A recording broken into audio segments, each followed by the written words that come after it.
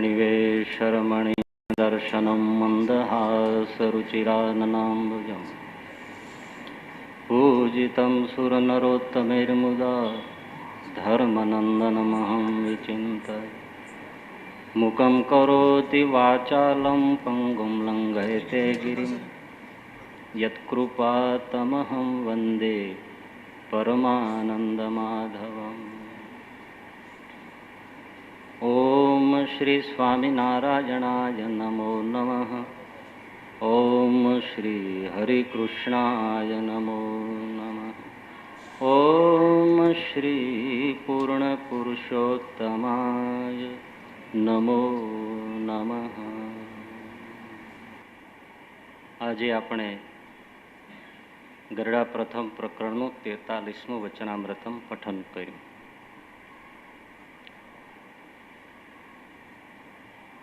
બે પ્રકારના ભક્ત છે, સકામ ભક્ત અને નિષ્કામ ભક્ત. આ વચનામૃતમાં શ્રીજી મહારાજે નિષ્કામ ભક્ત વિશે સમજ આપી છે. એ નિષ્કામ ભક્ત વિશે આપણે કાંઈ પણ સમજીએ એ પહેલા થોડો સકામ ભક્ત સમજી લેવો જરૂરી છે. સકામ ભક્ત એ છે કે જે કામનાથી ભજે છે, ભગવાનની પાછળથી એને કંઈક મેળવવું છે એટલે ભજે છે. સકામ ભક્ત પણ ભગવાનની ભક્તિ, પૂજા, અર્ચના, ઉપાસના તો કરે જ છે, પરંતુ એ ભગવાનની પાસે કંઈક માગ્યા કરે છે. ક્યારેક ધન માગે છે, ક્યારેક પુત્ર માગે છે, ક્યારેક પરિવારનું સુખ માગે છે, ક્યારેક ખેતીવાડી બંગલા માગે છે, ક્યારેક આરોગ્ય માગે છે, ક્યારેક દીકરા દીકરીના સગાઈનું માગે છે. અનેક માગણીઓ છે. આવી માગણીઓ સાથે જે ભગવાનને ભજે છે એ સકામ ભક્ત છે. અને મોટે ભાગે દેવ મંદિરો અને ધર્મસ્થાનો આવા સકામ ભક્તોથી જ ભરાયેલા છે.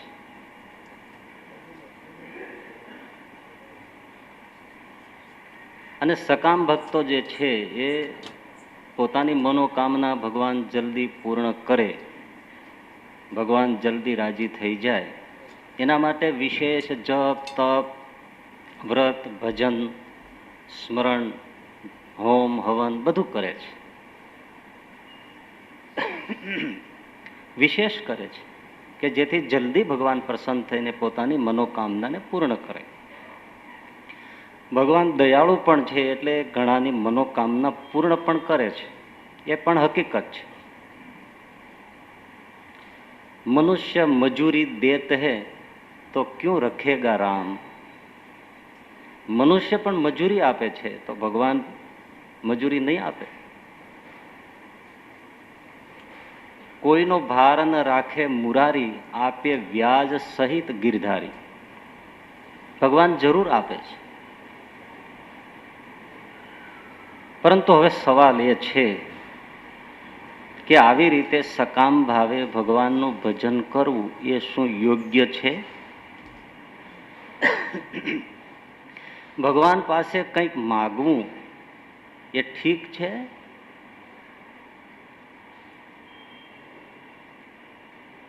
તમે શું કહેશો?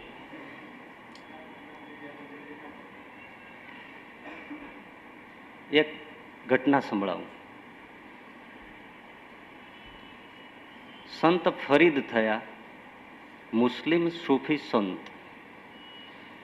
નિષ્કુળાનંદ સ્વામીએ પણ એમને એમના ગ્રંથોમાં 2-3 વાર આદરથી નામ લખ્યું છે. એવા એ સૂફી સંત ફરીદ, ખુદાના પ્રેમ. એને એક ગામના લોકોએ એમ કહ્યું કે બાબા, અમે તો ગરીબ સમાજ છીએ, ગામમાં મદ્રેસા નથી.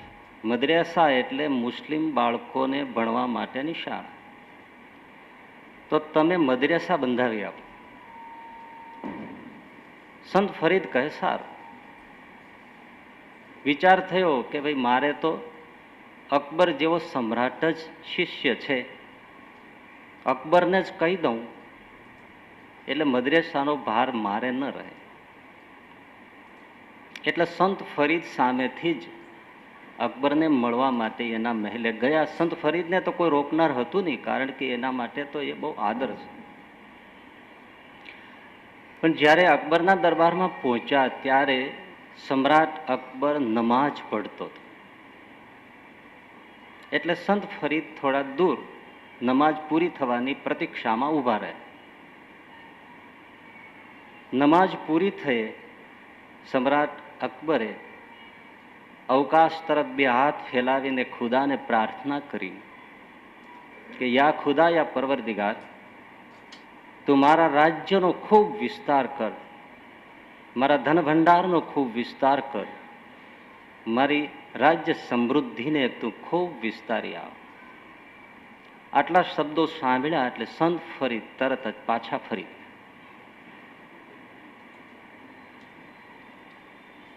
એને પાછા ફરવું અને અકબરને નમાઝમાંથી ઊભું થવું. અકબરે જોયું કે હવે તો ગુરુ મહારાજ ભાગ્યા. શા માટે આવ્યા અને કેમ ભાગ્યા એનું કોઈ કારણ જણાવ્યું નહીં.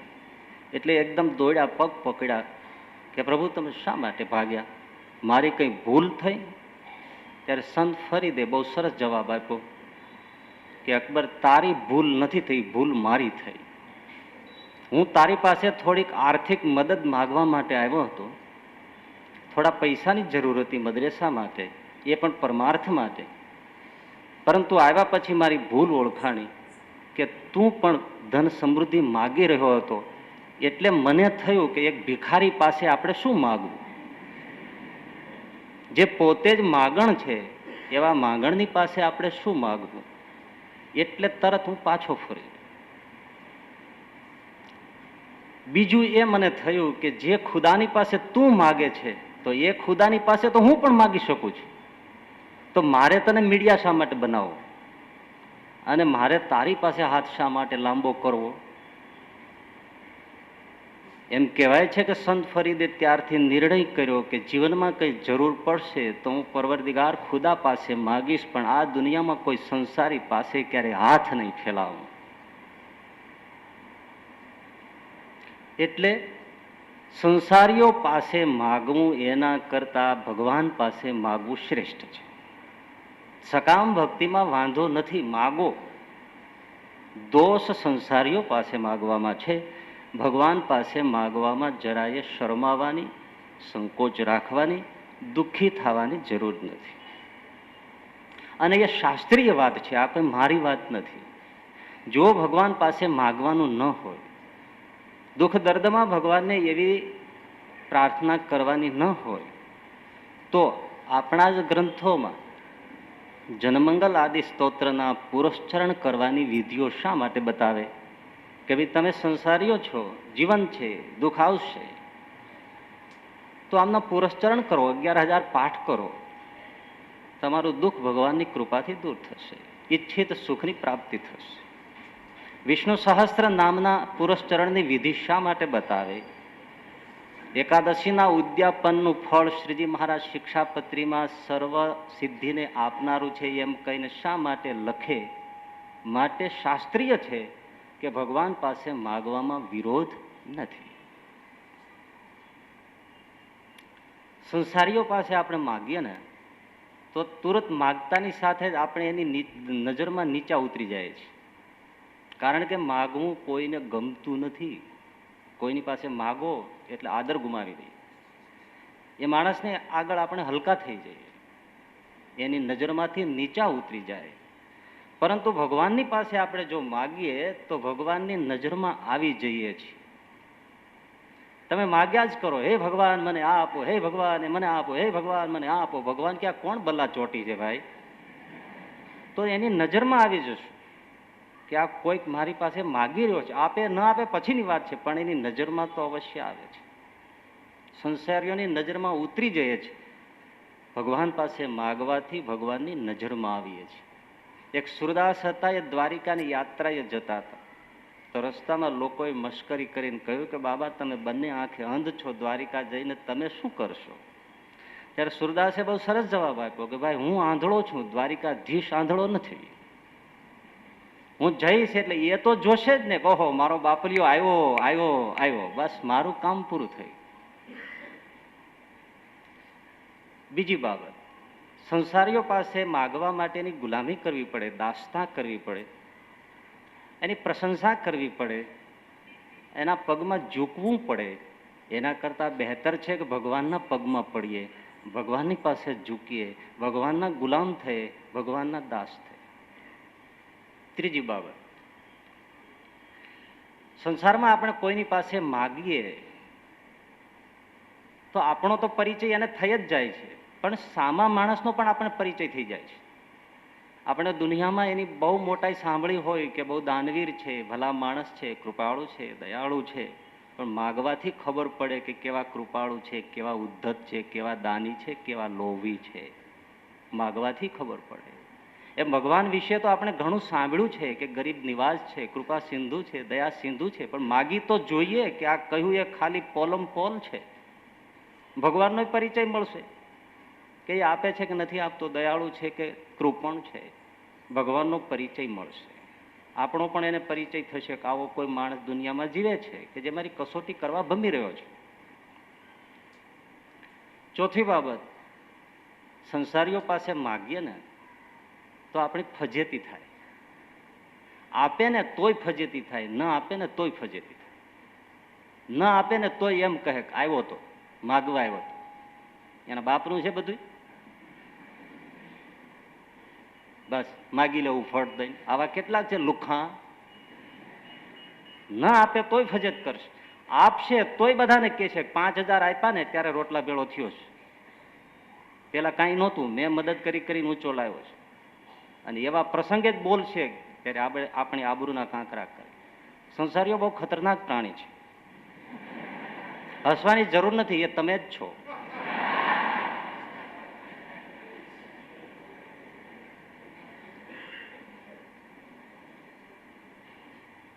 ભગવાન પાસે માગવામાં ફજેતીનો કોઈ સવાલ જ નથી. ન આપે તો કોઈને ખબર નથી ક્યાં માગ્યું, શું માગ્યું, ફજેતીનો કોઈ સવાલ નથી. અને જો આપે તો એના દરબારમાં પણ સન્માન છે અને સંસારમાં પણ લીલા લહેર છે. માગવામાં જરાય તકલીફ નથી, ખુલ્લા મનથી માગવું, ખૂબ માગવું. તમને વિપરીત લાગશે હું આ શીખવાડું છું, ખૂબ માગવું. સકામ ભક્તિમાં બહુ જ મહિમા છે. અને સકામ ભક્તિ એ એક એવું પરિબળ છે, ધ્યાનથી સાંભળજો, કે પ્રારંભમાં ભગવાન તરફ વળવા માટે, જોડાવા માટેનું બહુ મોટું પરિબળ હોય તો સકામ ભક્તિ છે. સંસારમાં જેટલા જેટલા મોટા ભક્તો થયા છે એમાંના ઘણાના જીવન ચરિત્ર તમે તપાસશો તો એ લોકો સકામ ભાવથી જ ભગવાન તરફ આવ્યા છે અને પછી ઉચ્ચ પદવીને પામી ગયા છે. દાસ ધીરો રમે રંગ મારે, રમે દિવસ અને રાત, હેતે હરિનો રસ પીજીએ. આવા એક કનિષ્ઠ ભક્ત થયા, પ્રેમ ભક્તિવાળા થયા ભક્ત, ઉત્તમ ભક્ત થયા. અને એના કીર્તનો આજે પણ આપણે બધા સમાજમાં ગવાય છે. એ ધીરો ભગત કાર્મિક ગરીબાઈમાં જીવતા હતા, ખાવાના ટુકડા નહોતા. એમાં એક જેને તેને કહેતા હોય એમાં એક સાચા સાધુ મળ્યા ને એમને અરજ કરી, મહારાજ મારી ગરીબાઈ ટાળો. સાધુ કે ગરીબાઈ ટાળવી છે તો કહા, તો કે રામ નામ જપો બેટા. સકામ ભાવ છે. કયું રામ નામ જપવાથી ગરીબાઈ ટળે? તો કે મારો રામ શું ના આપે, આખા ખલકને આપે છે તો તને નહીં આપે. રામ નામ જપો. અને દાસ ધીરાએ રામ નામની રટ લગાવી. ગરીબાઈ તો ટળી, પણ એટલી ચરમ સીમાએ પહોંચ્યા કે પછી એને રામમાં એવો રસ પડ્યો કે રમે દિવસ અને રાત, હેતે હરિનો રસ પીજીએ. શા માટે આવ્યા હતા? સકામ ભાવથી જ આવ્યા. નડિયાદમાં થઈ ગયેલા પૂજ્ય મોટા, એ તો ઈશ્વરમાં જ આસ્થા ધરાવતા નહોતા, નાસ્તિક ખોપડું, બિલકુલ શ્રદ્ધા નહીં. પરંતુ એમને હિસ્ટીરિયા, વાય, ફેફડુંનું દર્દ, એનાથી કંટાળીને કોઈ રોગનો ઈલાજ થતો નહોતો. ગમે ત્યારે પડી જાય ને હેરાન પોતે કુટુંબી થઈ જાય. એટલે નર્મદામાં કૂદીને આત્મહત્યા કરવા માટે ગયા, કૂદવાની તૈયારી કરે એમાં સાધુએ પકડી લીધા. શું કામ મરે છે? તો કે આવું છે. મરાય, રામ નામ જપો, જાઓ ઘરે. ઘરે તો આવ્યા, પરંતુ રામ નામમાં શ્રદ્ધા જ નહોતી, એટલે જપમાં શ્રદ્ધા બેઠી નહીં, કર્યું નહીં. પણ વિચાર થયો એટલે ગાંધીજીને કાગળ લખીને પૂછાયું કે રામ નામથી દર્દ મટે શરીરના? તો કે અરે બેટા, ભવરોગ મટે તો દર્દ શરીરના ન મટે, રામ નામ જપો. મારી પાસે જે કાંઈ છે એ ભગવાનના નામથી છે, જપો. તો એ વિશ્વાસ ના આવ્યો, ન જપ્યું, કારણ કે ઉલટું ખોપડું હતા. એમાં ઉપલા માળથી ચાલવા જતા અચાનક વાઈનો હુમલો આવ્યો, ત્યાંથી ગબડી પડ્યા, દડતા દડતા નીચે પડ્યા, બેભાન થયા. પણ બેભાન અવસ્થામાં દિવાલ ઉપર પેલા સાધુ નર્મદાના હતા, એમનું છાયા દેખાઈ, બોલતા જણાયા કે આટલો હેરાન થાય છે છતાં શા માટે જપ કરીને જોઈ શકતો નથી? એકવાર જોઈ લે. ભાનમાં આવ્યા અને રામ નામની માળા પકડી.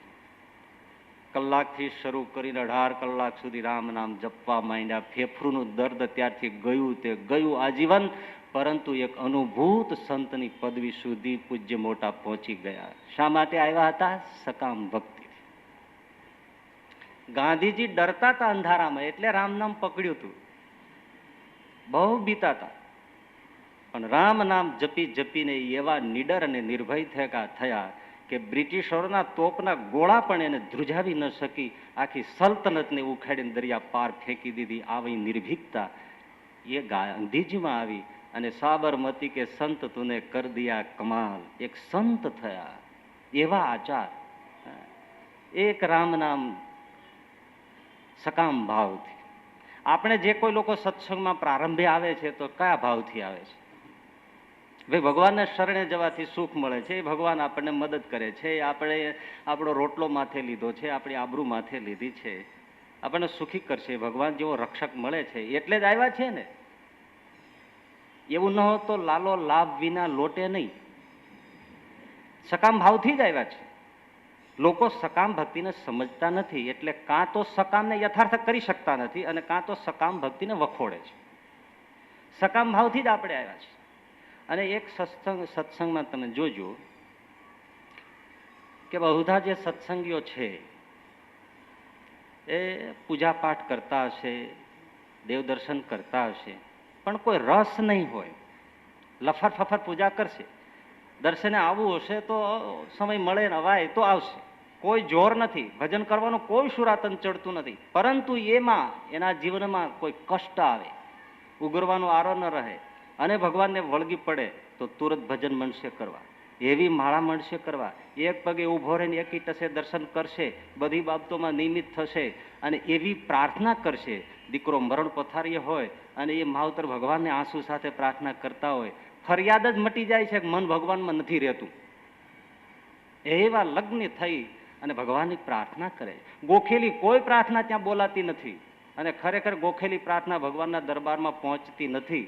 વણ ગોખેલી હૈયાના ભાવની પ્રાર્થના ત્યાં પહોંચે છે. ત્યારે જે શબ્દો બોલાય છે કોઈ શાસ્ત્રોમાં ન હોય, પણ એ ભગવાનને ડોલાવે છે. ત્યારે હોઠ નથી બોલતા, હૈયું બોલે છે. કારણ શાના પ્રભાવે? સકામ ભક્તિના પ્રભાવે. એટલે હું તો એક ભલામણ કરું છું કે આ સત્સંગમાં એવા ઘણા હરિભક્તો છે અને ઘણા સાધુઓ પણ એવા છે જેને ભગવાનને માર્ગે સાવ લુખ્ખા છે. ભલે સાધુ હોય તો હાવ લુખ્ખા છે, હવારમાં પૂજા કરે છે પણ જેમ મદારી વાંદરાને રમાડતો એમ રમાડે છે. એની પૂજામાં કોઈ દમ નથી, એને કોઈ રસઈ નથી. તો એવા ઘણા ભક્તો અને સંતો છે કે જેને ભગવાનને માર્ગે સાવ લુખ્ખા છે. તો એમણે સકામ માર્ગ આજે છે ને અપનાવવા જેવો છે. જીવનમાં દુઃખનો પાછો પાર હોતો જ નથી. તો કોઈ પણ એક દુઃખને પકડી લઈ, હે પ્રભુ તમે આ દુઃખ મારું મટાડો, હું આટલું ભજન સ્મરણ જપ કરીશ. દુઃખ પણ મટશે અને ભજન કરવાની ટેવ પડશે અને એવો રસ આવશે કે પછી એને ભજન છોડવું હશે તોય નહીં છૂટે અને જે માર્ગે લુખા હતા એમાં ભીના ભીના થઈ જશે. કરવા જેવો માર્ગ છે, મને કઈ જોતું નથી, આમ છે, અમે તો નથી જોતું તો ભગવાને નથી જોતો. તમારે સંસારે હાથમાં નહીં આવે, દુઃખી દુઃખી થશો, હેરાન થશો, રડશો, એનાથી દુઃખ મટવાનું નથી. ભગવાનને ગુમાવો છો એના કરતા સમજીને ભગવાનના જપનો માર્ગ સ્વીકારો. દુઃખનો પાર ગોતો, ડગલે ને પગલે આવાને પાછા દુઃખનો પાર ન હોય. જે ભગવાનથી સુકા છે એને દુઃખનો પાર ન હોય. પરંતુ છતાંય તમે જોશો હેરાન થશે પણ ભક્તિમાં નહીં જોડાય. એટલે સકામ ભક્તિ અખત્યાર કરવા જેવી છે, ભોગવવા જેવી નથી, નિંદા કરવા જેવી નથી. હા, એમાં થોડી શરત છે. એ શરત ધ્યાનમાં રાખવાની છે. પહેલી શરત એ છે કે માગો પણ પોતાના ઈષ્ટદેવ પાસે જ માગો. જે કાંઈ જોઈએ છે એ હું મારા ઈષ્ટ પાસેથી જ માગીશ. 70 ઠેકાણે માથા ઝૂકે તો એ સકામ ભક્ત નથી. આ શરતો છે, આ શરત છે. માગો પણ પોતાના ઈષ્ટદેવની પાસે જ માગો. એટલે શ્રીજી મહારાજે વડતાલના 5મા વચનામૃતમાં કહ્યું છે કે ભગવાનના ભક્તને કંઈ સુખ જોઈતું હોય તો પોતાના ઈષ્ટ પાસે જ માગે, પણ પોતાના ઈષ્ટદેવ વિના બીજા કોઈને સુખદાયક ન જાણે એ ભગવાનનો ભક્ત છે. માગવાનું જ કીધું, શીખવાડ્યું. જુઓ, અશાસ્ત્રીય વાત નથી કરતો. હોય માગો પણ પોતાના ઈષ્ટદેવની પાસે જ માગો, પણ બીજાને કોઈને સુખદાયક માની અને ક્યાંય ઝૂકે નહીં. પતિવ્રતા નારી પોતાના પતિ પાસે માગ માગ કરે તો કદાચ પતિને ન ગમતું હોય તો એ કચાશ છે, પરંતુ કલંક નથી. પરંતુ એ જ સ્ત્રી પરપુરુષ પાસે પાડોશમાં માગે તો એ કલંક છે. પોતાના પતિ પાસે ગમે એટલું માગે, પણ પાડોશમાં એક નાનકડી ચીજ પણ જો પરપુરુષ માટે એને માગે, મારો પતિ નથી આપતો ને તું મને આપે, ખલાસ, એનું પાતિવ્રત્ય ગયું. એ કલંક છે, એના પતિને પણ આબરૂ જાય. એમ ભગવાનનો આશ્રય સ્વીકાર્યા પછી ભગવાન પાસે માગવાને બદલે 5 માળા આની કરે, 5 માળા આની કરે, 5 માળા પેલાની કરે, બારણે લીંબુ મરચા બાંધે, દોરા ધાગા કરે, પલંગે કંઈક બાંધે, ટ્રકની પાછળ ઊંડા ચંપલ લટકાવે, અને પછી પાછો અમારી પાસે આવીને રોવે, ભગવાન મારું દુઃખ ટાળતા નથી, કંઈથી તંબુરામાં જ ટાળે. નિષ્ઠા જ નથી. 70 ઘર માંડીને બેઠી હોય એનો વિશ્વાસ કોણ કરે? માટે માગવું, પોતાના ઈષ્ટ પાસે જ માગવું, આ પહેલી શરત. બીજી શરત, થોડા સમય પહેલા ગુજરાત યુનિવર્સિટીમાંથી એક યુવક મારી પાસે આવ્યો. મને કે સ્વામીજી આવું કેમ હશે? મેં કે શું ભાઈ, આપણે પૂજા કરીએ, આટલો સત્સંગ રાખીએ, તોય જે લોકો પૂજા કરતા નથી, સત્સંગ રાખતા નથી, એવા વિદ્યાર્થીઓનો સારા માર્ક્સ આવે છે, સારા માર્ક્સે પાસ થાય છે, અને આપણે સત્સંગ રાખીએ, પૂજા કરીએ, તોય એના જેટલા માર્ક્સ ના આવે, આવું કેમ થાય છે? મેં કીધું ભઈલા,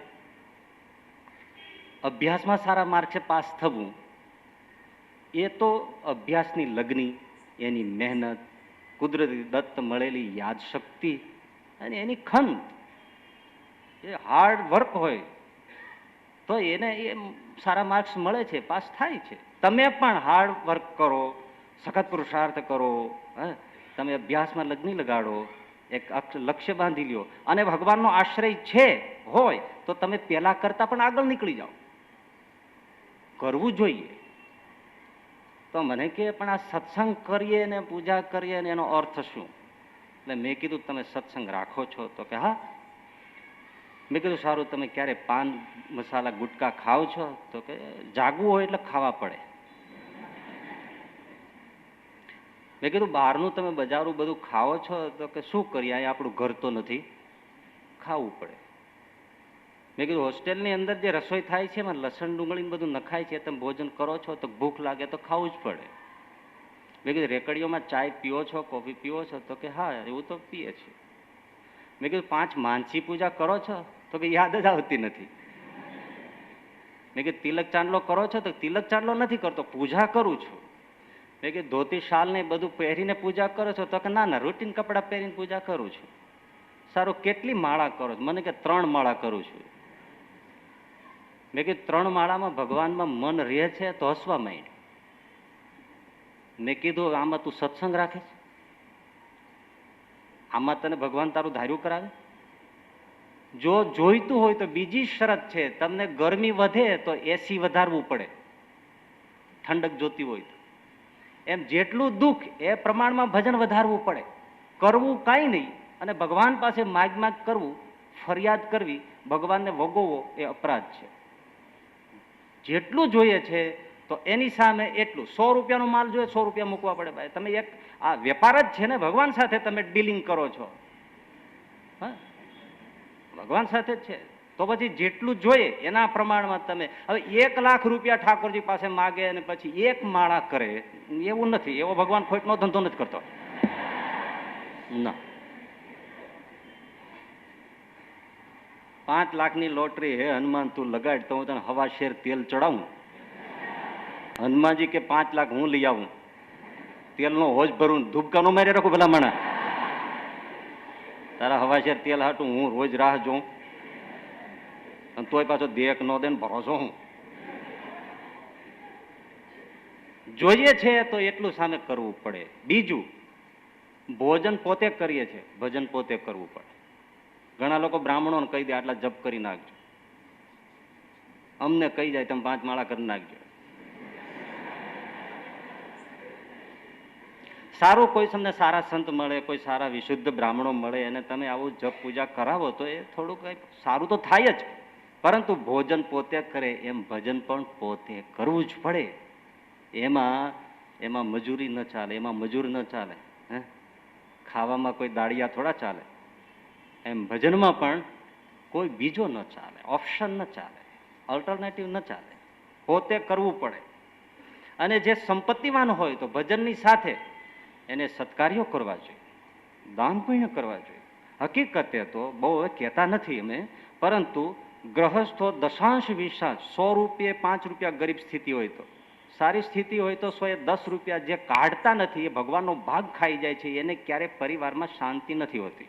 એના દીકરા દીકરીઓ તમે ગમે એટલી સલાહ આપો એ બગડવાના જ છે, કારણ કે ભગવાનનું ખાઈ જાય છે, એ ધર્માદાનું ખાઈ જાય છે. એટલે અવશ્ય સત્સંગીએ દશાંશ વિશાંશ 100 એ 5 કે 100 એ 10 એ કાઢીને ભગવાનના ભાગે વાપરી નાખે, ભગવાનને અર્થે, અને ભજન કરતો જાય તો પૂર્વગત જો કાંઈ પાપ હોય તો એને ભગવાન દૂર કરી એને સુખ્યો કરે છે. પરંતુ પૈસો છૂટતો નથી. પછી હોસ્પિટલમાં 2 લાખ નાખે છે, છોકરા ભાગી જાય તો 2 કરોડ ખર્ચે છે, બધું કરે છે. પણ ઠાકોરજીને ધીમે ધીમે કટકે કટકે આપવું હોય તો પૈસો વાલો લાગે છે. હેરાન થવું છે પણ ભગવાનને અર્થે વાપરવું નથી. તો ભોજન પોતે એમ ભજન પણ પોતે જ કરવું પડે. ચોથી વાત, ભગવાન રોકડા ધંધામાં વિશેષ માને છે. બોર્ડ જ માર્યું હોય છે ઉધાર બંધ છે. આપણે ત્યાં શું થાય છે કે હે ઠાકોરજી તમે આટલું કરી દો ને તો પછી અમે આટલું કરશું. એમ નહીં, પેલા આપવા માંડો. સાજા થઈ જાય પછી દવા લેવાય કે દવા લે તો સાજો થાય? તો ભલા માણે ભજન કરવા માંડો એટલે ઓટોમેટિક આ દર્દ જે દુઃખ છે એ ચાલવા માંડે. આ તો બધા સાજા થઈ જાય પછી હું દવા લઈશ, એ તો મૂર્ખામી કહેવાય. એટલે હું કરવા માંડું છું પ્રભુ, તમે હવે મારો ખ્યાલ રાખજો. આપણી જવાબદારી પૂરી કરી દેવાની. હવે એની જવાબદારી છે આપવું ન આપવું, એની જવાબદારી છે. હજી એક બાબત, ભગવાન ન આપે ક્યારેક ધીરજથી આપે, વિલંબ કરે. વિલંબ થવા સંભવ છે, કારણ કે આપણે કેવા કૃત્યો ભેળા કર્યા છે આપણને ખબર નથી, અથવા તો આપણું કેમ ભલું થાય છે એ આપણને ખબર નથી. ઉતાવળે આંબા પાકે નહીં. ભગવાન સમજી વિચારીને આપે, અવશ્ય આપે, વિશ્વાસ અને ધીરજ રાખવા. પરંતુ ઉતાવળ કરીને જલ્દી ન મળે તો ક્યારેય ભગવાન ઉપર ક્રોધ ન કરો. ઘણા તો ભગવાનને ગગલાવતા હોય, જાળી પકડીને લાલ ગુમ થઈ ગયો હોય. તું ગરીબ નિવાસ છો ને છતાં અમારી સામું જોતો નથી ને કૃપાળુ કહેવાય છે, તું કેનો કૃપાળુ ને અમારું ધ્યાન રાખતો નથી ને અમે તારી પાસે ન માગીએ, તમે કે મુસલમાનની દરગાહે જાય. ભગવાનને ગગલાવાય નહીં, ક્રોધ રીસ ન કરાય. શ્રીજી મહારાજે જીણાભાઈના પ્રસંગમાં ના પાડી છે કે આપણે ભગવાન ઉપર રીસ કરીએ, મૂંઝાઈએ તો બધું સુખ જતું રહે છે. એ તો સ્વામી છે, આપણે સેવક છે. અને સાદી રીતે જો 500 રૂપિયા ઉછીના ગામમાં લેવા હોય તો લાકડી લઈને ન નીકળાય કે જે કોઈ 500 રૂપિયા દેવા વાળો દિવાળીયા પાછા છે, કોની માય હવાઈ હુડકાતી છે, હલો લાવ 500 રૂપિયા, એમ પૈસા માગવા નીકળાય.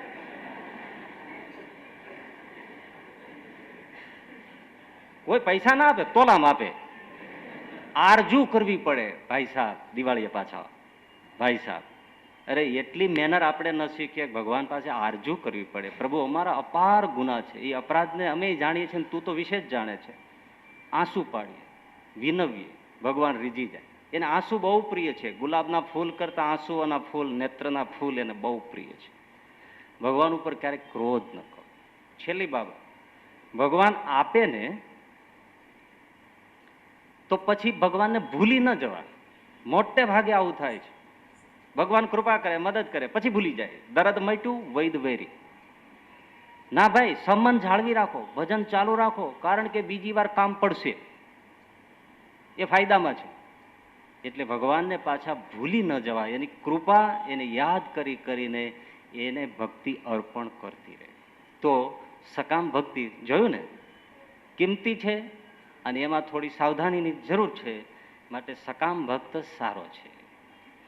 સકામ ભક્ત ભગવાન તરફ વાળે છે, ભગવાન તરફ જોડે છે, ભજનમાં રસ પેદા કરે છે, ભજનનું અંગ પાડી આપે છે, આ લોકના દુઃખ દર્દ મટાડે છે. માટે સકામ ભક્તિ સારી છે. પણ હવે એક વસ્તુ કે સકામ ભક્તિ એ પ્રારંભ છે, અંત નથી. પ્રારંભ જરૂર છે, અંત નથી. ત્યાંથી આગળ જવાનું છે. માર્ગમાં ક્યાં સુધી કરવાનું? નિષ્કામ ભક્તિ તરફ જવાનું છે. જો સકામ ભક્તિ નહીં મટે અને આ દુનિયાનું માગતા જ રહીશું તો યાદ રાખવા જેવી બાબત છે કે જન્મ મરણ નહીં ટળે, ગર્ભવાસ નહીં ટળે, મોક્ષ ગતિ નહીં થાય, ભગવાનનું શાશ્વત સુખ નહીં મળે, ભગવાનની મૂર્તિનો સ્વાદ નહીં મળે. એ નિષ્કામ થશે ત્યારે જ મળશે. એટલે સંસ્કૃતિ પાછી મટાડવી હોય, જે કાયમની પીડા છે, હાલ હવાલની, ફોર ધ ટાઈમ બિંગ પતી ગયું, પરંતુ પેલું દુઃખ તો રહ્યું જ છે. કારણ કે દેહ હશે ત્યાં સુધી દુઃખ રહેવાનું જ છે. જન્મ છે, અનેક દુઃખ છે.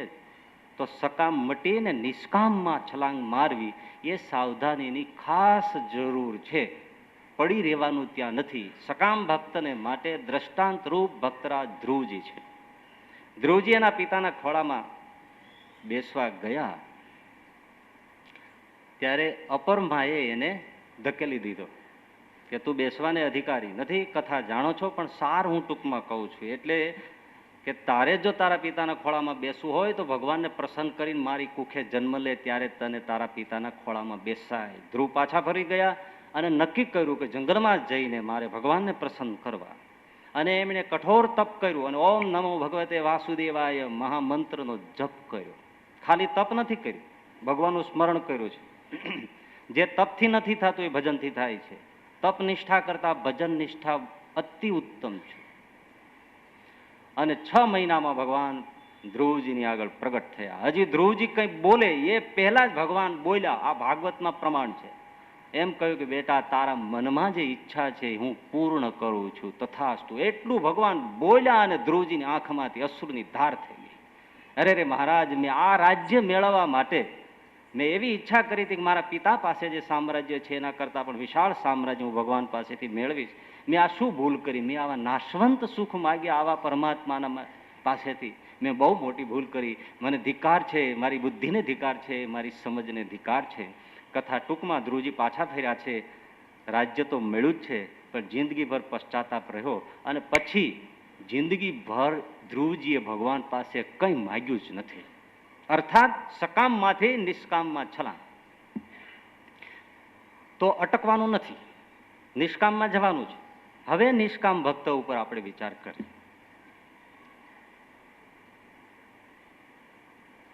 નિષ્કામ ભક્ત એ ભગવાન પાસે કંઈ માગતો નથી, આ લોકનું કંઈ માગતો નથી. એના માટે શ્રેષ્ઠ દ્રષ્ટાંત રૂપ છે ભક્તરાજ પ્રહલાદજી. એમના પિતા હિરણ્યકશિપુ, મહાઅસુર. એનો ભાઈ એટલે હિરણાક્ષ. હિરણ્યકશિપુ અને હિરણાક્ષ બંને ભાઈ. ત્રિલોકીને ત્રાસ આપે એટલે ભગવાને વરાહ અવતાર ધારણ કરીને હિરણાક્ષને માર્યો. એટલે હિરણ્યકશિપુને વેર થઈ ગયું, મારો શત્રુ મારા ભાઈને મારનારા વિષ્ણુ છે. વિષ્ણુ સાથે વેર બંધાવ્યું. હવે વિષ્ણુનું કોઈ નામ લે, એની કોઈ ભક્તિ કરે, એનું કોઈ ગુણગાન કરે તો હિરણ્યકશિપુ એને મારી નાખે. બન્યું એવું કે એને ત્યાં એક દીકરાનો જન્મ થયો, એ પ્રહલાદ, અને જન્મથી બચપણથી ભગવાન વિષ્ણુના નારાયણના ભક્ત થયા. એટલે એ વિષ્ણુનું સ્મરણ કરે. આને વિષ્ણુની સાથે વેર, એટલે બાપ દીકરાને વાંધો પડ્યો. એટલે પ્રથમ તો હિરણ્યકશિપુએ પ્રહલાદને ભજન સ્મરણ ભક્તિ છોડાવવા માટે નારાયણની વિષ્ણુની ખૂબ સમજાવટ કરી, ન સમજાય એટલે છેવટે નિર્ણય જે પહેલા કરતો એ જ નિર્ણય કર્યો કે આને મારી નાખો. મારવા માટેના ઘણા પ્રયાસ કર્યા, પણ પ્રહલાદજીની ભગવાને રક્ષા કરી. એમાં એક પ્રસિદ્ધ ઘટના જે છે એ તે કે હિરણ્યકશિપુની બહેન હોલિકા એમને મળવા આવી, તો હિરણ્યકશિપુની આ વાત જાણી એટલે હોલિકાએ કહ્યું કે ભૈયા તારે પ્રહલાદને મારવો જ છે ને, તો મારી પાસે અગ્નિદેવે આપેલી ફાયર પ્રૂફ સાડી છે, અગ્નિ અડે નહીં એવી અગ્નિદેવે મને સાડી આપી છે, તો તું લાકડાની ચિત્તા ગોઠવ, એમાં હું પ્રહલાદને ખોળામાં લઈને બેસી જાઉં અને હું પેલી અગ્નિદેવની આપેલી સાડી છે એને ઓઢી લઉં, મને કંઈ થશે નહીં, પ્રહલાદ બળીને ભસ્મ થઈ જશે, એટલે વાત પૂરી થઈ જશે. ગોઠ્યું અને હિરણ્યકશિપુએ પોતે અગ્નિ લગાડી, પણ અગ્નિદેવની આપેલી સાડી અગ્નિદેવ ત્યાં હાજર હતા, એટલે અગ્નિદેવે એ સાડી લઈને પ્રહલાદજીને ઓઢાડી દીધી અને 16ના ભાવમાં હોલિકા ગઈ. ત્યારથી હોલિકા ઉત્સવ ઉજવાય છે.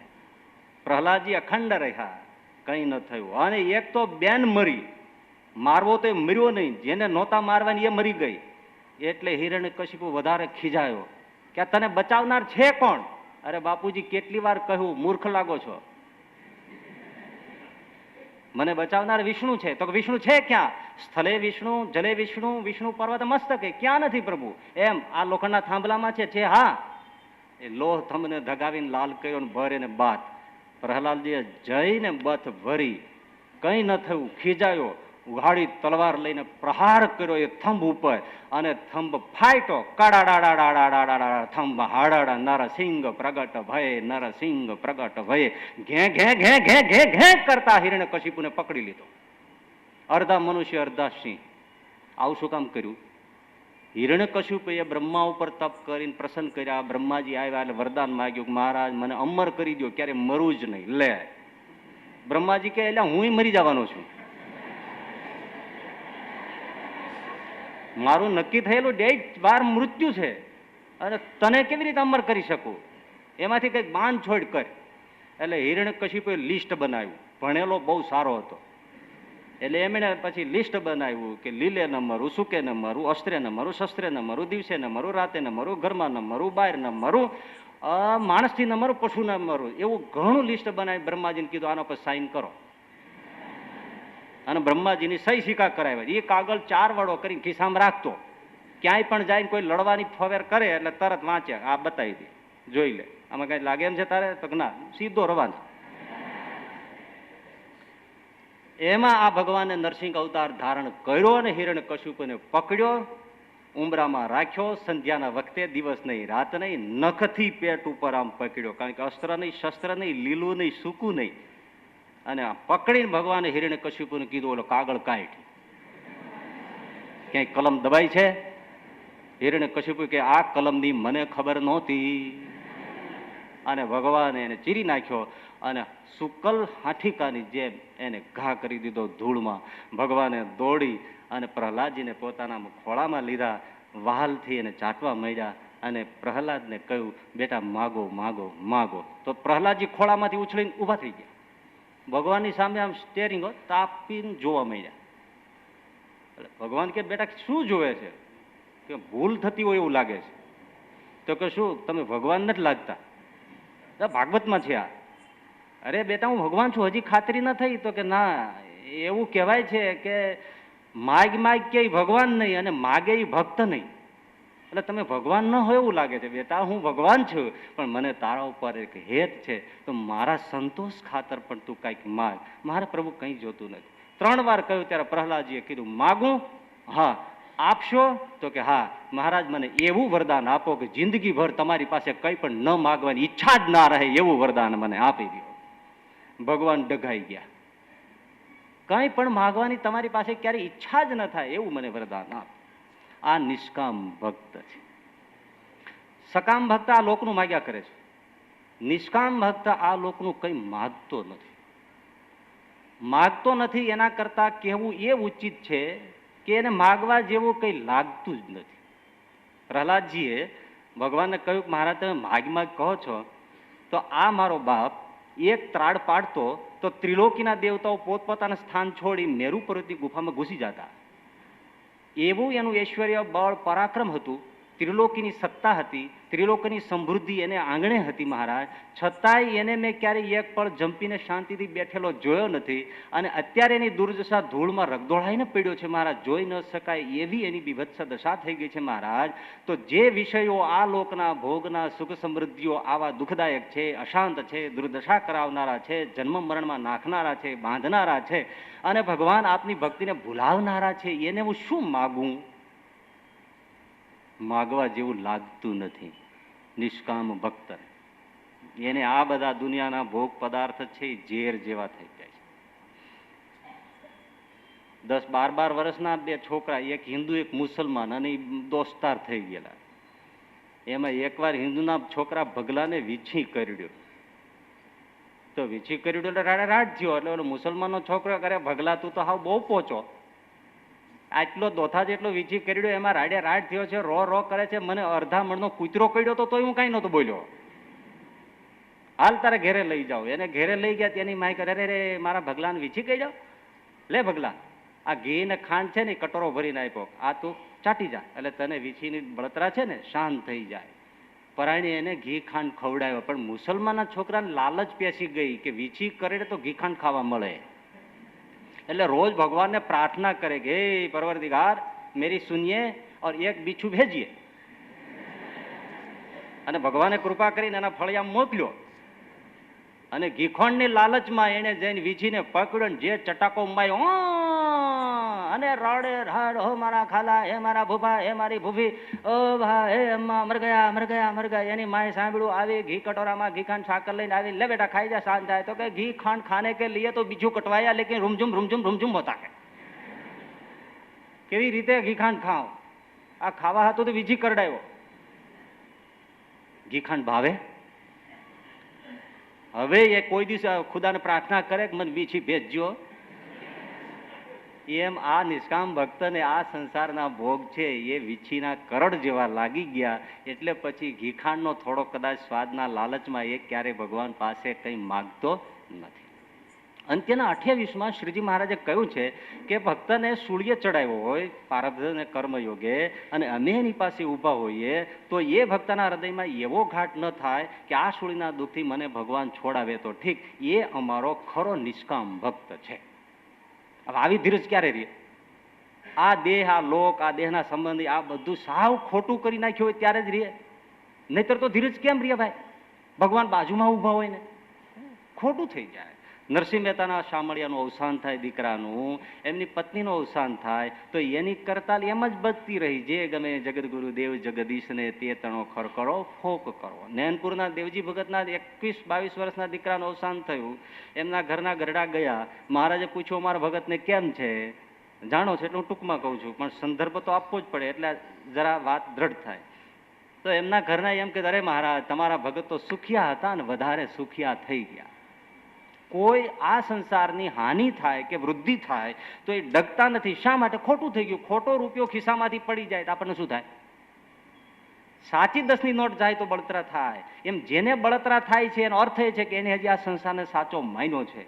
અને જેને કંઈ પણ એની ડગમગાટ નથી થતો એ સમજી લેવાનું કે એને ખોટું થઈ ગયું છે, એટલા માટે એ હવે ડગતો નથી. ખોટું જાય એમાં શું? શ્રીજી મહારાજ તો એમ કહે છે કે વિસ્તારો ત્યાગ કર્યા પછી એનો ક્યારે સંકલ્પ થોડો થાય છે.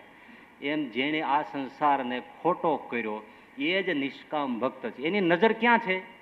પરલોકમાં છે. મહારાજ કે જેને ભગવાનના ધામના સુખમાં નજર પહોંચી ગઈ એને પછી આ સંસારના સુખમાં ક્યાંય મન લોભાતું નથી. પ્રહલાદજીએ પણ એ જ કહ્યું કે મહારાજ હું તો મુમુક્ષુ છું, મારે તો આ લોકમાંથી મુકાવું છે, અને તમારા દાસ જ્યાં સદા નિવાસ કરે છે એવા લોકમાં મને લઈ જાઓ.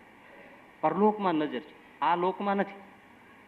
મધ્યના 22માં શ્રીજી મહારાજે તો બહુ સરસ કીધું કે બે સેના સામસામે લડવા તૈયાર થઈ હોય, પછી એમણે સામસામા નિશાન રોપ્યા હોય તો બે સેનાના સૈનિકો સુરવીરોને એક જ તાન હોય કે પેલાનું નિશાન આપણે પડાવી લેવું છે. એમ શ્રીજી મહારાજ કે નિશાનને ઠેકાણે ભગવાનનું અક્ષરધામ છે, સુરવીરને ઠેકાણે ભગવાનના દ્રઢ ભક્ત છે. તેને તો આ સંસારમાં દેહ જીવો કે મરો, રોગ રહો કે સાજો થાવો, માન થાવો કે અપમાન થાવો, એનો કોઈ ઘાટ નથી. પણ એક જ એને ઈચ્છા છે કે દેહનો અંત આવે ત્યારે ભગવાનના ધામમાં જઈને નિવાસ કરવો છે, પણ વચમાં ક્યાંય લોભાવવું નથી. પ્રથમના 21માં કીધું કે એ અક્ષરરૂપ મુક્તોની પંક્તિમાં ભળવું છે એવો તમારે સૌએ નિશ્ચય રાખો. તાન શું છે? પરલોક. હા, એમાં ક્યાંય જતા વચ્ચે લોભાઈ ન જવાય, બંધાઈ ન જવાય, એના માટે ભગવાન પાસે માગે છે. જો માગણી ફરી, આ લોકનું કંઈ માગતો નથી. હવે ભગવાન પાસે એવું માગે છે એટલે પ્રહલાદજીને લોયાના 3માં શ્રીજી મહારાજે યાદ કર્યા કે પ્રહલાદજીએ એમ કહ્યું કે તમે મારી આ લૌકિક રક્ષા કરી એને હું રક્ષા માનતો નથી, પણ મારા ઇન્દ્રિયોરૂપ શત્રુથી તમે રક્ષા પ્રભુ કરો એને હું રક્ષા માનીશ. દામોદર ભક્ત થયા અમદાવાદમાં. શ્રીજી મહારાજ અમદાવાદ આવેલા, એમાં ભગવાનની આંખમાં કણું પીડ્યું. બોલો, શ્રીજી મહારાજની આંખમાં કણું પીડ્યું અને એવું ખટકે, આંખ લાલ થઈ ગયેલી, કોઈ રીતે જોવે તો હાથમાં આવે નહીં. મહારાજે બાળકની જેમ ચોળ ચોળ કરે. મુક્તાનંદ સ્વામી ના પાડે કે મહારાજ આમ ન ચોળાય, પાણી છટાય, પણ કે રેવાતું નથી. એમાં દામોદર ભગત દર્શને આવ્યા. અરે રે એ પ્રભુ આ શું થઈ ગયું? મને કણું પડ્યું છે. અરે મહારાજ શું મને સેવકને યાદ કર્યો નહીં? મારી પાસે અદ્ભુત કળા છે, ફાટ દઈને કણું કાઢી દો. અરે પણ કોઈ લુગડું અડાડ્યું નથી થતું. એવી આંખ લાલ થઈને સૂજી ગઈ. મહારાજ હું લુગડું કંઈ અડાડતો નથી, હું તો જીભ ફેરવીને કણું કાઢી લઉં છું. એમ? કાઢો કાઢો. મહારાજની આંખ ઊંચી કરી, દામોદર ભગત આમ જીભ ફેરવી. બોલો ભગત કેવા ભગવાનની આંખમાં જીભ ઘાલી દીધી. આમ જીભ ફેરવી અને તરત ઘણું કાઢી લીધું. આંખ હળવી ફૂલ થઈ ગઈ. પણ મહારાજ વિફર્યા. એલા દામલા, તે મને અભડાવ્યો, મારી આંખમાં તારી જૂઠી જીભ નાખી. મને પીડામાં ખબર ન રહી, પણ તારે તો સમજવું જોઈએ ને કે મહારાજને આમ અભડાવાય નહીં. લાલતોળ થઈ ગયા. તે દામોદર ભગત કે મહારાજ અમારા દુનિયામાં મેં કેટલાય કણા કાઢ્યા છે. મારી પાસે ઘણા લોકો આવે, સૌ કણું કાઢ્યા પછી રાજી થાય ને બક્ષીસ આપે. આજ પહેલા વેલા તમે મળ્યા કે મને આમ ગગલાવો છો. મહારાજ કે એમ બધા બક્ષીસ આપે? તો માગી લે માગી લે દામોદર માગી લે, શું જોઈએ? તો કે મહારાજ તમને એક કણું હતું આંખમાં તો કેવું ખટકતું હતું. અરે એની વાત જ ન થાય. તો મહારાજ સાંભળો, મારા હૃદયમાં કામ, ક્રોધ, લોભના અનેક કણા પડ્યા છે ને એને તમે બધા કાઢી નાખો, બસ મારે બીજું કાંઈ જોઈતું નથી. આ નિષ્કામ ભક્ત છે, માગે છે પણ મોક્ષ બગડે નહીં એમાં સાવધાની માટે, એની રક્ષા માટે ભગવાનની પાસે માગે છે. તાન તો એ સુખનો છે. એ ગુણાતીતાનંદ સ્વામી કહ્યું ને, કરોડ કામ બગાડીને પણ એક મોક્ષ સુધારી લેવો. આ થયો નિષ્કામ ભક્ત. હા, બરાબર છે ને? કોઈ ઓલા લોકનું આ લોકનું કંઈ માગતો જ નથી, માગવા જેવું લાગતું જ નથી. રક્ષા માગે છે તો મોક્ષ ન બગડે એવું માગે. આ થયો નિષ્કામ ભક્ત. હવે આ વચનામૃત સમજવાનું છે, કારણ કે આખી વાત ઊંધી પડે છે. આ વચનામૃતમાં શ્રીજી મહારાજ એમ કહે છે કે ભગવાનનો ખરો નિષ્કામ ભક્ત તો એ છે કે જે ચતુર્ધામ મુક્તિને, મોક્ષને ઈચ્છે જ નહીં, મોક્ષ ઉડાડી નાખ્યો. હવે જે મોક્ષની આપણે રટ લઈને બેઠા છીએ એને શ્રીજી મહારાજ અહીં કહે છે કે એ મોક્ષને ઈચ્છતો જ નથી. મને અત્યાર સુધીમાં એક જ હરિભગત મળ્યા. મને કે સ્વામી હું ચતુર્ધામ મુક્તિની પણ ઈચ્છા રાખતો નથી અને મોક્ષની પણ ઈચ્છા નથી રાખતો. મેં કીધું એમ? આવું કેમ? મને કે મોક્ષ મળવાનો જ નથી. તો મારા આ કુકર્મની મને ખબર હોય, મળવાનો જ નથી એટલે હું ઈચ્છતો જ નથી. સરકારી અમલદાર કે હું 30 વર્ષ સરકારી અધિકારી રહ્યો પણ 5 રૂપિયાની કોઈની લાંચ લીધી નથી. તો કે એમ કેમ બન્યું? તો કે કોઈ દીધી જ નથી. ચતુર્ધામ મુક્તિ મોક્ષ મળવાનો ન હોય અને ન ઈચ્છે એની વાત નથી, પણ ચતુર્ધામ મુક્તિ આમ આંગણીએ ઊભી હોય અને એની સામું ન જોવે, સ્વીકાર ન કરે, એ પરમ નિષ્કામ ભક્ત છે.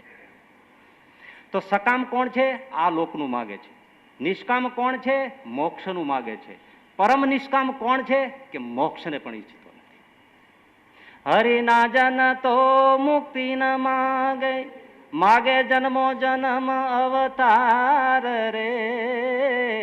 નિત સેવા નિત કીર્તન ઓછ ઓહો નિરખવાનંદ કુમાર રે ભૂતળ ભક્તિ પદાર્થ મોટું ભૂતળ ભક્તિ પદાર્થ મોટું અરે બ્રહ્મલોકમાં નાહી રે ભૂતળ ભક્તિ પદાર્થ મોટું. હરિના જન તો મુક્તિ ન માગે માગે જન્મો જન્મ અવતાર પરમ નિષ્કામ છે ને ઊંધું. આપણે જન્મ મરણથી ભાગીએ છીએ એ માગે છે. ચતુર્ધા મુક્તિને ઈચ્છતા નથી. ચતુર્ધા મુક્તિ સાલોક્ય સારૂપ્ય સામીપ્ય સાયુજ્ય એમાંથી પેલી લ્યો સાલોક્ય. સાલોક્ય એટલે ભગવાનના લોકમાં જઈને નિવાસ કરો અર્થાત ભગવાનના ધામમાં જવું. તો ભગવાનના ધામમાં જવું એ તો આપણે સત્સંગમાં પણ કહીએ છીએ અને શ્રેષ્ઠ બાબત છે કે માયાના દોષથી રહિત થઈ જવું અને છેક ભગવાનના ધામમાં પહોંચી જવું એ તો શ્રેષ્ઠ બાબત છે. અને વારંવાર આપણે પણ એવી વાતોમાં પણ આવે છે કે ભાઈ છેલ્લો જન્મ કરી લેવો મોક્ષ સુધારી લેવો ઠેઠ ભગવાનના ધામમાં પહોંચી જવું. ભગવાનના ધામમાં પહોંચી જવું મતલબ સાલોક્ય મુક્તિ. તો સાલોક્ય મુક્તિને પણ શા માટે ન ઈચ્છે? શ્રીજી મહારાજ કહે જો ઈચ્છે તો એ સકામ છે. હવે આમાં સકામતા ક્યાં આવી એ થોડું સમજવાનું. સકામતા શું આવી આમાં? હા સમજાય નહીં થોડું પણ સકામતા પડી છે. ભગવાનના ધામમાં જવું છે તો કે હા કેમ જવાય તો કે ભગવાનનો આશરો કરવાથી. ભગવાનનો આશ્રય એટલા માટે કર્યો છે ભગવાનના ધામમાં ઘૂસ મારી દઈશ. એટલે લક્ષ્ય શું છે? મોક્ષ. ભગવાનનું ધામ. ભગવાન છે ગૌણ છે. પેલું સાધ્ય છે ભગવાન સાધન છે. ભગવાન પાસે કંઈક માગીએ ભગવાન થકી કંઈક માગીએ એટલે ભગવાન સાધન થઈ જાય અને જે ઈચ્છીએ એ સાધ્ય થઈ જાય એ લક્ષ્ય થઈ જાય એ એમ થઈ જાય. એ સકામતા છે. ભગવાન થકી કાંઈ ઈચ્છવું એટલે સાલોક્ય મુક્તિ. ભગવાનના ધામમાં જવું છે એટલે અમે ભગવાનના આશ્રય પડ્યા છે તો ભગવાન થકી કાંઈક ઈચ્છ્યું એટલે ભગવાન સાધન થયું. ભગવાનના ધામમાં જવું એ સાધ્ય થયું એટલે સકામ મુક્તિ થઈ એટલે એ સકામ ભક્ત થયો. સ્પષ્ટ થઈ ગયું. સારૂપ્ય મુક્તિ તો સકામ છે એ તો સ્પષ્ટ દેખાય. ભગવાનના જેવું મને રૂપ મળે એવી ઈચ્છા કરવી તો એ તો એક સકામતા છે જ. સાયુજ્ય એટલે ભગવાનના જેવું મને ઐશ્વર્ય મળે એવું ઈચ્છે સકામતા છે જ. સામીપ્ય મુક્તિ ભગવાનની પાસે વસવું હવે એમાં શું સકામતા છે? હા એમાંય સકામતા છે. ભગવાનની પાસે ને પાસે જ રહેવું. માલિકની ઈચ્છા ન હોય તોય એમાં ધાર્યું કરવાની વૃત્તિ છે. અને બીજું કે સામીપ્ય શું કામ રહેવું છે તો કે સુખ આવે. કોને સુખ આવે? મને. ધામમાં આપણે શું કામ જવું છે? આ લોકમાં દુઃખ બહુ છે. અહીં સુખ મળે ત્યાં સુધી કોઈ નથી જવું. ઉતાવળ તો કોઈને નથી. 90 વર્ષના બાબા થયા હોય પણ જો 2 કોળિયા ખીચડી ખાઈ જતો હોય તો નામ નથી લેતો. ગોખરવાડામાં શાસ્ત્રીજી મહારાજ ત્યાં હતા અને હારી એક નાના સાધુ હતા. એક ભાભો ત્યાં ઝાડવા પીડ્યો તો હરિભગત હતો. 90 વર્ષ થઈ ગયેલા અને ઠ ઠ ઠ કરે.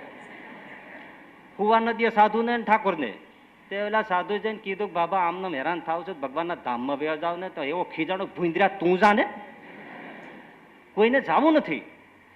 પણ આ લોકમાં જે દુઃખ છે એનાથી કંટાળીને પોતાના સુખ માટે સાલોક્યમાં જવું છે. સામીપ્ય શું કામ રહેવું છે કે મને સુખ આવે. પોતાના સુખનો વિચાર એ સકામ. પરમ નિષ્કામ એ છે કે જે ભગવાનનો વિચાર કરે ભગવાનના સુખનો વિચાર કરે. સામી વ્યક્તિના સુખનો વિચાર કરે કે હું કંઈક ભગવાન માટે કરું હું કંઈક ભગવાનને માટે કરું હું કંઈક ભગવાનને માટે કરું. એટલે કહ્યું કે સેવાને જ ઈચ્છે કંઈક કરવાને જ ઈચ્છે ભગવાનને અર્થે એ પરમ નિષ્કામ ભક્ત છે. પોતાના સુખનો વિચાર નહીં. ભગવાન એક ભેદ. ભગવાન થકી કાંઈ ન ઈચ્છે ભગવાનને જ ઈચ્છે. ભગવાન થકી કાંઈક ઈચ્છે તો સકામ. ભગવાનને જ ઈચ્છે પરમ નિષ્કામ. ચતુર્ધામ મુક્તિને જો ઈચ્છે તો ભગવાનને આશ્રય મળે એમાં તો કોઈ સવાલ નથી. પરંતુ બીજું ઘણું ચૂકાઈ જવાય. દાદાના દરબારમાં શ્રીજી મહારાજ બેઠા હતા તો એવો ખેલ કર્યો. બધા સાધુ ભક્તો હતા તો મહારાજે મુક્તાનંદ સ્વામીને પૂછ્યું સ્વામી તમે અમારા દાસ કે ઢોલિયાના? એટલે મુક્તાનંદ સ્વામી કે મહારાજ તો અમે તો તમારા દાસ. અમારા? છેડા બેહો ભાગો ભાગો વયા જાઓ છેડા. નિત્યાનંદ સ્વામીને કીધું સ્વામી તમે અમારા દાસ કે ઢોલિયાના? અરે મહારાજ અમે તમારા દાસ. ભાગો ભાગો છેડે છેડે બેહો. આમ આમ છેટે કાઢે. જે સાધુ આવે ને કોઈ કે અમે તો તમારા દાસ છેટા કાઢે. સોમલા ખાચરને કીધું તમે કોના દાસ? મહારાજ અમે તો ઢોલિયા. હા, અહીંયા બી આવો, અહીંયા બી આવો, અહીં બી આવો.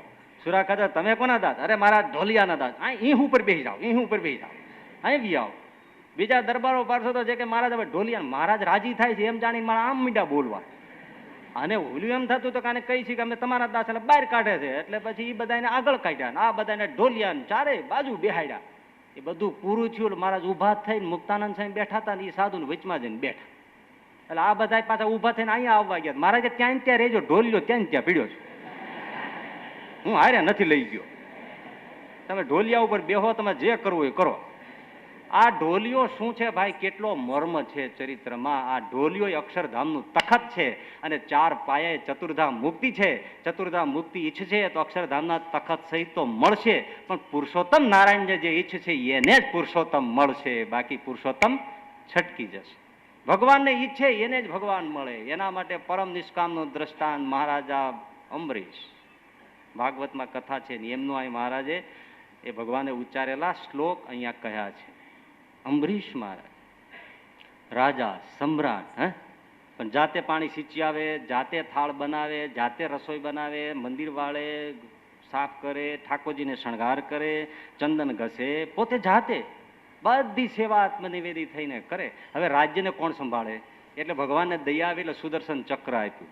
એને રાજગાદી ઉપર મૂકીને પોતે અખંડ ભગવાનની પરિચર્યા સેવામાં લાગી રહી. હવે એમાં એણે 12 મહિનાની અખંડ એકાદશીનું વ્રત કર્યું અને છેલ્લી 24મી એકાદશીનું પારણાનો પ્રસંગ અને દુર્વાસાજી આવ્યા. હવે ક્રોધનું જાળવું. પણ આ તો રાજી થયા કે ઓહો મહારાજ પધાર્યા, મારે પારણાનો સમય છે, આપ પારણું કરો પછી હું પારણું કરું. તો કે બહુ સારું, મને પણ આવું ક્યાંથી, હું જમનાજીમાં સ્નાન કરીને આવું પછી પારણું કરું. એ ગયા, વાર લાગી, અહીંયા સમય જતો હતો. એટલે અંબરીશ મહારાજાએ બ્રાહ્મણોને પૂછીને તુલસીનું પાંદડું થોડું જળ એનું પારણા તરીકે લીધું. એટલે પારણું કર્યું પણ કહેવાય ને ન પણ કર્યું કહેવાય. અને પછી દુર્વાસાજી આવ્યા, પણ એવા ક્રોધમાં મને આમંત્રણ આપીને પછી તે તારી રીતે ભોજન કરી લીધું. આ કયા ગ્રહસ્થનો ધર્મ છે? જટાને છોડી ઓફ કહીને જટા પછાડીને ભયંકર કૃત્ય પેદા કરી, જાઓ અંબરીશને મારી નાખો. અને સુદર્શન ચક્ર ચકાચક ચકાચક ચકાચક કરતું ઉપરથી ઊભું થયું. સૂર્ય જેવી અગ્નિઓ જ્વાળાઓ ફેંકતું કૃત્યાને બાળીને ત્યાં ત્યાં ભસ્મ કરીને દુર્વાસાની પાછળ પડ્યું. દુર્વાસાજી ભાગ્યા, ગયા શિવજી પાસે ઉગર્યા નહીં, ગયા બ્રહ્મા પાસે ઉગર્યા નહીં, વિષ્ણુ લોકમાં ભગવાન વિષ્ણુના પગમાં પડી ગયા, મહારાજ મને બચાવો બચાવો. ત્યારે ભગવાન કહે તમે ક્યાંય ને અંબરીશ પાસે ભટકાણા? અરે એ મારો પરમ નિષ્કામ ભક્ત છે મહારાજ, તમને એમ લાગે છે સીધો સાધો છે? અરે મારી ચતુર્ધામ મુક્તિને પણ એ ચાહતો નથી, મારા ઐશ્વર્યને પણ ચાહતો નથી, મારી વિભૂતિઓને પણ ચાહતો નથી. હું આપવા કોશિશ કરું તો લેતો નથી, કેવળ મારી સેવાથી જ પરિપૂર્ણ છે એવો મહા નિષ્કામ ભક્ત છે. બધું મળતું હતું પણ એની નજર ક્યાં છે? આપણને આ સેવા સામાન્ય લાગે અને એને પરમ રસ છે. રામાયણમાં ભરતજીનું વાત છે તો ભરતજી પણ એમ જ કહે છે, ધર્મ ન અર્થ ન કામ રુચિ ગતિ ન ચહુ નિર્વાણ. નિર્વાણ એટલે મોક્ષ. જન્મ જન્મ રતિ રામ પદ યહ વરદાન ન આન. મારે બીજું વરદાન જોઈતું જ નથી, તમારા ચરણોમાં મને અખંડ જન્મ જન્મ જન્મ પ્રીત રહે, બસ કઈ ઈચ્છતા જ નથી. ગુણાતીતાનંદ સ્વામી કીધું છે કે ભાઈ મોક્ષ છે ને પ્રગટના સાધુને 2 રોટલા આપો ને તો મળી જાય, પણ ભગવાન ન મળે. જો મર્મ છે ને, ભગવાનની સેવા ન મળે, અરે ભક્તિ ન મળે. ધર્મ અર્થ કામ અને મોક્ષ 4 પુરુષાર્થ છે, પણ ભક્તિ એ પંચમ પુરુષાર્થ છે, મોક્ષથી પર છે. એ સંતો જાણે છે, એ વચનામૃતને કેવું છે. મોક્ષ તો સામાન્ય છે, 4 પુરુષાર્થોમાં મળે છે, પુરુષાર્થથી પણ મળે છે, પરંતુ ભક્તિ તો ભગવાન દાન કરે તો જ મળે. એવા સદગુરુ દાન કરે તો જ ભક્તિ મળે, નહીતર ભક્તિ મળતી નથી, ભગવાનમાં પ્રેમ જાગતો નથી. એ આપે તો જ મળે. અને નરસિંહ મહેતા તમે જો એટલે જ કહે કે મારે ત્યાં આવીને શું કરવું, મારે તો તમારી જરૂર છે, મારે તમારા લોકની જરૂર નથી. અહીંયા તમે છો, બેઠા છો, મને બસ એમાં નિત સેવા, નિત કીર્તન, નિત ઓછવ, નિરખવા, નંદકુમાર, હવે એને કોઈ બીજો ઉધાપો નથી. આ જોગી સ્વામી આપણે પરમ નિષ્કામતા તમે જુઓ. 2001માં અમે બધા બેઠા હતા રાજકોટમાં, ઉત્સવ આવતો હતો અને સ્વામી ઉદાસ થઈ ગયા હતા. તો સ્વામી કે હવે મહારાજ મને તેડવા આવે છે, પણ મને કહે છે, જો હું સાક્ષીમાં બેઠો હતો, માધવપુરી સ્વામી બીજા સંતો પણ હતા, તો કે મને મહારાજ તેડવા આવે છે, પણ મને કહે છે કે આ સાધુઓ કોચવાય છે તો તને નથી લઈ જતો, તું રજા લઈ લે તો હું તેડી જાઉં. હવે સંતો તો એમ રજા આપે નહીં, એટલે સ્વામીને વિનંતી કરીને કીધું કે હમણાં તમે બેસો તો અમારે સારું. એટલે સ્વામી પછી મૌન થઈ ગયા. હા, બિલકુલ હું સાક્ષી છું. સ્વામી મૌન થઈ ગયા. પછી તરત ઉદાસી મૂકી દીધી. તે દિન ઘડીને આજનો દી ક્યારેય એમ કહેતા નથી કે મારે ધામમાં જવું છે. એવી બ્રાહ્મી દશા વર્તે છે કે સુવડાવો તો સુઈ જાય, બેસાડો તો બેસે. ક્યારેય પાણીનું પૂછતા નથી, માગતા નથી, જમવાનું ક્યારેય માગતા નથી, ઓઢવાનું માગતા નથી, પાથરવાનું માગતા નથી. શું કરે છે? બસ રાત્રે ઘણીવાર આમ અવસ્થા એને ટેકો દઈને બેઠા કરવા પડે. આજે 94-95 વર્ષની ઉંમર હોય, ટેકો દઈને બેઠા કરવા પડે. રાતે એમની મેળે બેઠા થઈ જાય, આખી રાત એમને બેઠા. પૂછીએ સ્વામી સુઈ જાઓ, આરામ કરો, તો કે લે એ મહારાજ પધાર્યા છે, 500 પરમહંસો આવ્યા છે, કીર્તનોની છોડ્યો ઉડે છે, મહારાજ વાતો કરે છે, તમે હું અનક્યો છે ને પરમ રસ. નરસિંહ મહેતા કે ત્યાં જઈને શું કરવું, અહીંયા મજા છે, બ્રહ્મલોકમાં એવો આનંદ નથી. કાં તો કે અમારે તો મહારસ પીવો એ તો કદાચ ત્યાં મળે, પણ મહારસ પીવડાવવાનો ત્યાં તમારે વ્યવસ્થા નથી. અહીંયા અમારે પીવાનો ને પીવડાવવાનો જે આનંદ છે, એટલે અમને અહીંયા આનંદ છે બસ. એટલે એને અહીંયા કે ત્યાં જવાનો કોઈ ઉતાવળ રહેતી નથી. ત્યાં જ છે મહારાજની મૂર્તિ છે, ત્યાં જ પરમધામ છે, અને એના રસના ધોધ છૂટે છે. પરમ નિષ્કામતાની દશામાં આ છે. હો ભાઈ, આ પરમ નિષ્કામ જે આવે છે સ્થિતિ, બસ અમારે અહીંયા જ છે. આખી દુનિયા જન્મ મરણથી ડરતી હશે કદાચ, ભગવાનનો ભક્ત કે અમારે ફરી ફરીને જન્મવું છે, ફરી ફરીને આવવું છે, અમને અહીંયા જ આનંદ છે. હવે જોજો થોડોક જાણવા જેવો મજાનો રસ, કે ઈચ્છતા તો નથી, ક્યારેય કહેતા નથી કે ત્યાં લઈ જાઓ. નરસિંહ મહેતા સાફ સાફ ના જ પાડે છે, અમારે આવવું નથી. પણ આખરે શરીર ધર્મ છે, શરીરનો અવધિ આવવાનો છે, શરીર પડવાનું જ છે, એટલે ભગવાન તેડવા આવે છે. ત્યારે સેવાની જ રુચિ છે ને, એટલે અંત્યના 5મા વચનામૃતમાં શ્રીજી મહારાજે કહ્યું છે કે એવા જે ભક્તો છે એને ભગવાન પોતાની સેવામાં રાખે છે અને પાર્ષદ બનાવે છે. એટલે ભગવાન એને પોતાની સેવામાં રાખે છે અને પાર્ષદ બનાવે છે. હવે જોજો મિરેકલ ઘટે છે. જે ચતુર્ધામ મુક્તિનો એને ઇનકાર કર્યો છે, એ ચતુર્ધામ મુક્તિને કઈ રીતે મળી જાય છે, આમાં જ ખૂબી છે. ભગવાને એના સેવક બનાવ્યા. સેવામાં રહેવું હોય તો લોકમાં રહેવું જ પડે. તો સાલોક્ય મુક્તિ મળી ગઈ. સાલોક્ય મુક્તિ રોકડી થઈ, કારણ કે એના લોકમાં રહેવા છે, દિવ્ય લોકમાં એની સેવામાં રહેવું છે. સાલોક્ય મુક્તિ મળી ગઈ. ભગવાનની સેવામાં રહેવું છે, પાર્ષદ થઈને રહેવું છે, તો સારૂપ્ય પણ ભગવાન આપે. કારણ કે મોટા શેઠને ત્યાં નોકર કોઈ રહ્યો હોય, હવે એ મોટા શેઠ છે અને નોકર 17 ફાંકાવાળી ચડ્ડી પહેરીને આટા મારતો હોય, તો એમાં શેઠની આબરૂનો સવાલ નહીં. તો શેઠ જ એને સારો ડ્રેસ સીવડાવી આપે, ભાઈ તું પહેર, આમાં હું રૂડો નથી લાગતો. ગોંડલમાં દાસી જીવન થયા, બહુ સારા સંત ભક્ત થયા. તો એ જ્યારે ભજન કરવા રાતે બેસે, મંડળીઓ જામે, ભગવાનની મૂર્તિઓ પધરાવી, સિંહાસન પધરાવીને પણ પોતે સ્નાન કરીને પછી સારા સ્વચ્છ સફેદ વસ્ત્રો બગલા જેવા આમ પહેરી અને એક તારા ઉપર આમ ફૂલ માળાઓ ચડાવી, પોતે પણ ગળામાં હાર નાખે, એક બે હાર અહીંયા બાંધે, ને પછી આમ ધમાકાદાર ભજનની શરૂઆત થાય. એમાં એકવાર એ ભજન સાંભળવા માટે ગોંડલના મહારાણી પણ આવ્યા. પણ આ તાલ જોયો ને, આમ ભગત આમ આખો દિવસ લગર વગર હોય, આખો દિવસ એને ધોતિયાના કોઈ ઠેકાણા નહીં, પણ અહીંયા કીર્તનમાં બેસે, નાઈ ધોઈને સરસ મજાના લુગડા પહેરી અને તંબુરાની શણગારે, બેઠકને શણગારે, બસ પછી જમાવે. એટલે જ્યારે વચ્ચે વિરામ પડ્યો ને, એટલે ગોંડલના મહારાણીએ કીધું, એક પ્રશ્ન પૂછ્યું, ભક્તરાજ શું કે ભજન કરવું ને આવા તાલ શું કરો છો? એટલે દાસી જીવન કે મહારાણીજી તમે અહીંયા આવ્યા છો શું કામ? તો કે હું તો ભજન સાંભળવા આવી છું. તો ભજન સાંભળવા આવ્યા હતા તો પછી આટલા બધા ઘરેણા આવો ઠાઠ ઠઠારો ને આટલી બધા કિંમતી વસ્ત્રો પહેરીને આવવાની શું જરૂર હતી? તમારે લીલા લીલા લગરા વઘરા એવા પહેરીને આવ્યા હોત તો, અરે એવું તો કેમ પહેરાય? હું એવી થઈને ફરું તો મારા ધણી ગોંડલના ધણીની આબરૂ જાય, ત્યારે દાસી જીવણે કહ્યું, સાંભળી લ્યો મહારાણી, હું અહીંયા એક તારા ઉપર જે આંગળી મૂકું અને ભજન લલકારું, ત્યાં ગોલોકાધીશ અષ્ટપટરાણીઓ સમેત અહીંયા પધારે અને એની સભામાં હું લગર વગર બેઠો હોય તો મારા ગોલોકાધિપતિની આબરૂ જાય, માટે હું આમ સજાવટ કરીને બેસું છું. સારૂપ્ય એટલે ભગવાન ત્યાં પણ પોતાના ભક્તને પોતાના જેવું રૂપ આપે છે. મળી ગઈ સારૂપ્ય મુક્તિ. સાયુજ્ય મુક્તિ, સાયુજ્ય એટલે ઐશ્વર્ય. હા, ઐશ્વર્ય. ભગવાન પોતાનું ઐશ્વર્ય આપવું જ પડે. રાષ્ટ્રપતિના અંગરક્ષક રહેવું, કૂતરું ભાડે જાડવે ચડી જાય, ગળથોલિયા ખાતો હોય તો એ હું રાષ્ટ્રપતિનું હું અંગરક્ષણ કરે?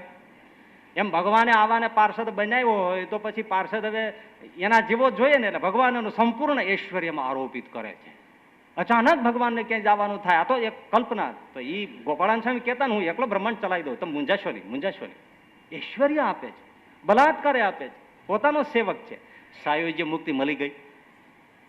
સામીપ્ય મુક્તિ અખંડ સેવામાં છે એટલે સામીપ્ય મુક્તિ પણ મળી ગઈ. પાંચમી એકત્વ મુક્તિ છે, જે આમાં શ્લોક કયો છે, સાલોક્ય સારસી સામીપ્ય સારૂપ્ય એકત્વમ અપ્યુત દિયમાનમ ન ગૃહણંતી વિના મત સેવનમ જના. એકત્વ મુક્તિ. હવે એકત્વ મુક્તિ છે એ નિરાકાર નિર્ગુણ રૂપે ભગવાનને ભજનારાઓ ઉપાસકોને છે. એ બ્રહ્મમાં લીન થઈ જાય છે, બ્રહ્મ સુસુપ્તિમાં લીન થઈ જાય છે, પછી ક્યારેય નીકળતા નથી.